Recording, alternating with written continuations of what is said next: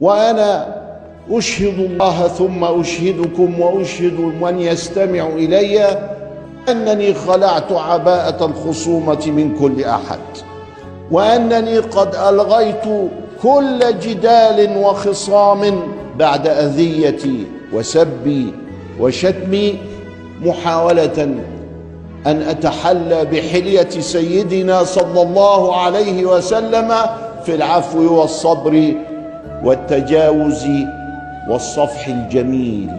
أنا بحب كل مسلم، أشهد الله أنه أحب كل مسلم حتى ولو خالفني في 100 رأي، حتى لو شتمني وضربني برضه بحبه. مش أمة النبي يا ابني؟ خد وراثة نبوية جميلة إنك أنت تتصدق بعرضك للناس كده. بتصدق بعرضي كل يوم الصبح على من يعتدي علي.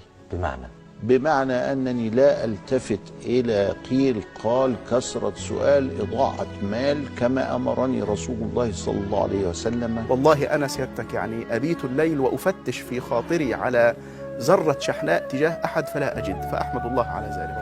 لا تجعلوا اختلافكم مع من يخالفكم لو سبكم، لو شتمكم، لو رماكم بالبدعة، لو رماكم بالشرك، لا تكرهوهم، لا تبغضوهم، لا تغلظوا عليهم. إخواننا بغوا علينا، لا تنظروا إليهم بنظرة الانتقاص، لا تعتدوا عليهم وإن اعتدوا عليكم. قال النبي صلى الله عليه وسلم: صل من قطعك، واعف عن من ظلمك، وأحسن إلى من أساء إليك.